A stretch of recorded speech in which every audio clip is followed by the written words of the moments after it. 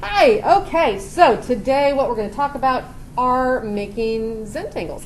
Zentangles are a type of drawing that you can do just using line and shape, and generally they're just done in black and white.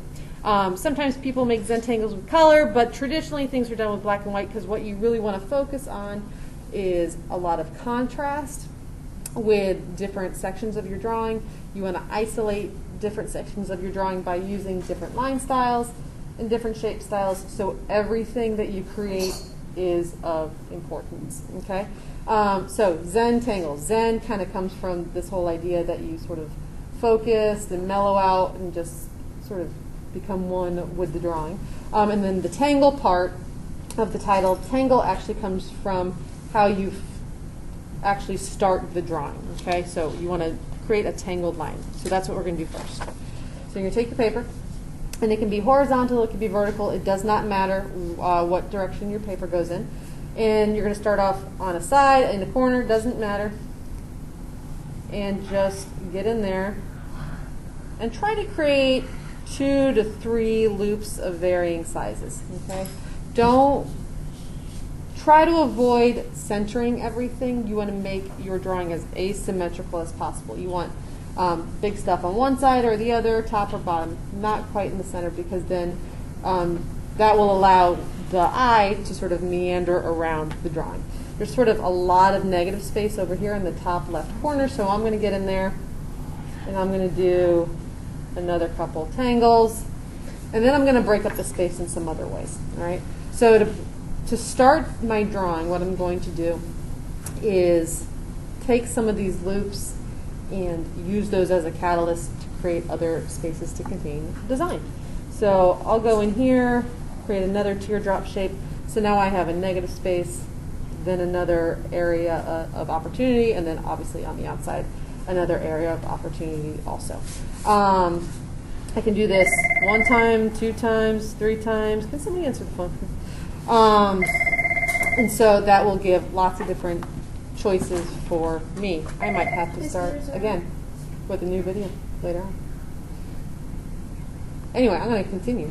This is going to be a weird YouTube video. So then what I'm going to do is I'm going to take a ruler. Lucy, go to room 536. Okay.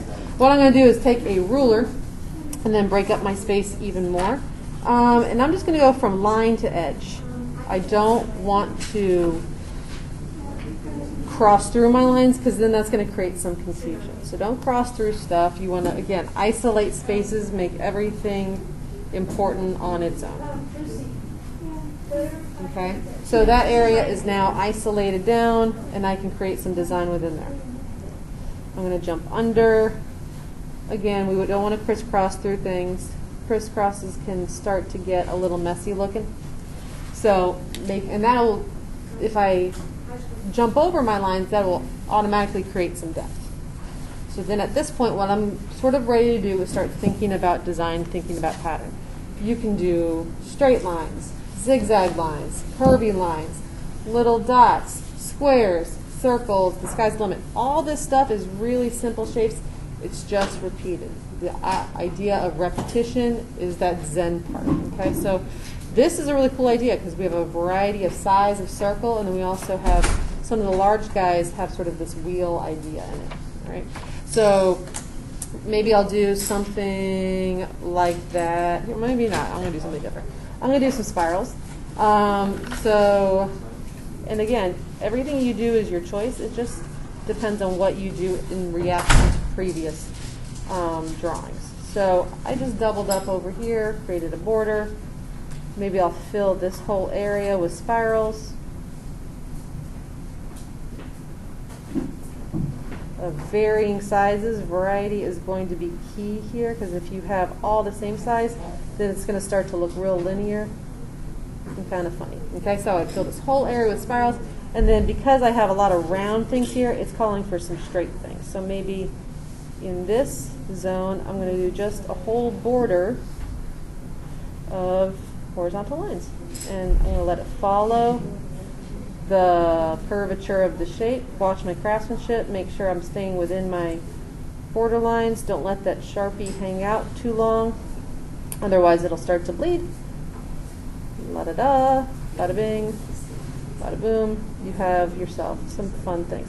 And so I'm going to continue and keep going with it. Try to create as much variety and difference, make everything unique and an important part. You don't want anything to be unimportant. You want the eye to sort of meander and focus on lots of different things. So maybe over here on the outside, I want it to be really big. So maybe I'll let that grow with this kind of spiky line. And maybe on the inside here, I'll do a bumpy line. I could fill it in if I wanted to. I could leave it open. Usually I tend to leave a lot of my lines open until I need some darker and heavier stuff. So you can always fill things in, but it's hard to unfill stuff. So be aware of that when you're creating a Zentangle. And just have fun. Create shapes, create spaces. And that is going to be the key to your success. Okay? All right, so I hope you enjoyed. I hope you have fun. Do something cool, do something creative. Like that. All right.